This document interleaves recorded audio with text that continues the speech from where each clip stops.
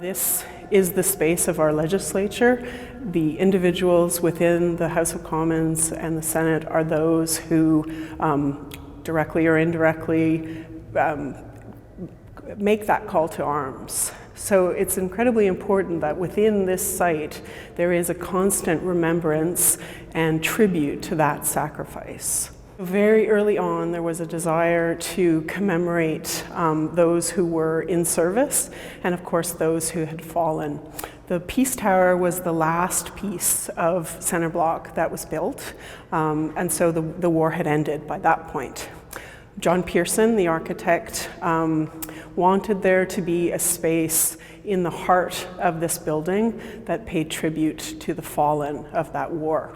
As you may know, in the First World War, when you were killed in battle, you were buried where you fell. So our Canadian war dead are in Belgium and in France. They were not brought home to Canadian soil. So it was incredibly important at that time period when there was so much devastation and almost every family in some way was connected either directly or indirectly to someone who had died, that there be a site for memory.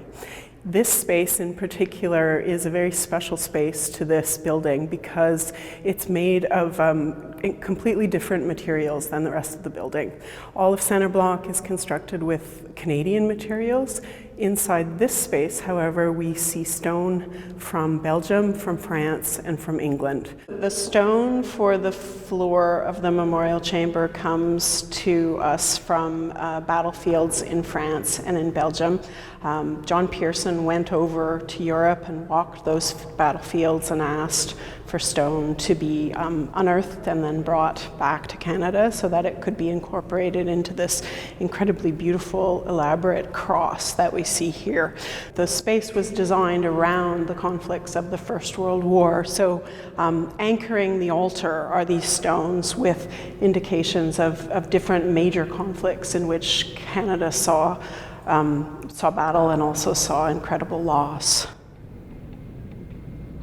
It's not consecrated ground, so it's not hallowed in the sense of a religious space, but it definitely evokes that kind of feeling. The architect wanted you to almost happen upon it as a surprise, so he described it as a sacred grove. The columns go up several stories as though you're in a forest full of trees, and then all of a sudden you've come into a clearing, and within the clearing is the altar. So it is a space of contemplation and it is a space of remembrance. For very many individuals, the names of their ancestors are here in this space. So there is definitely that feeling within the space that it is a special place and it is a place of honor. So initially, John Pearson had envisioned that the names of the fallen from the First World War would be inscribed on the walls of the memorial chamber.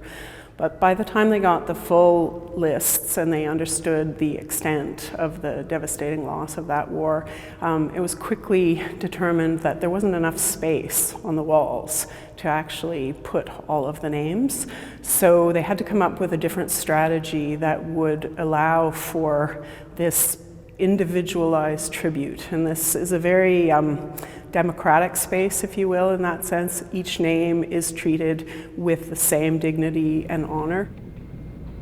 So this is one of the volumes of the First World War Books of Remembrance. The First World War, the loss is unbelievably devastating. We had over 66,000 who were killed. So as you can imagine, one book wouldn't necessarily contain all of those names. But we've got them, we've got one of the pages on display right now, and then at 11 o'clock, when they come in and do the page turning ceremony, they will turn the page so that we will see another set of names. It's incredibly beautifully detailed and all done by hand. It's really a labor of love. These books took years and years to create. So the space was opened in 1927 and the First World War books were not finished at that time. It took 11 years for those books to be done. So if you can imagine, the artist having to do all of this calligraphy one by one by one for the names. The stone for the altar is Hopton wood. This was a gift from Great Britain. And Hopton wood is described as a noble and silent stone. So it's it has the attributes that make it a perfect echo of tribute and paying memorial to people. Within the walls, you have a huge combination of signs and symbols. So it's an incorporation of the symbols that people would be wearing or that they would call most to heart as they were away and serving for king and country, as we called it back then. There are 3 main stained glass windows. One is a call to arms, one is the actual battle, and then the other is an echo of turning your swords into plowshares. So we have to think about the time period in which the space was created. There are echoes very definitely of religious symbolism, but it's not meant specifically to be a religious space.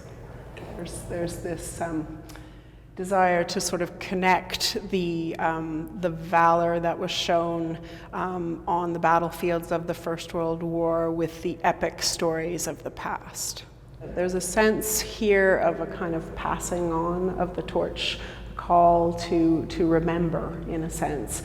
And Pearson would have been aware at that time of John McCrae's poem. So it caught fire as a tribute very early on. And so there's a sense also at the time period we were just starting to have Remembrance Day. It wasn't as formalized as it is now. But this would have definitely been on the hearts and minds of individuals as they were thinking about this space and thinking of the decoration for this space.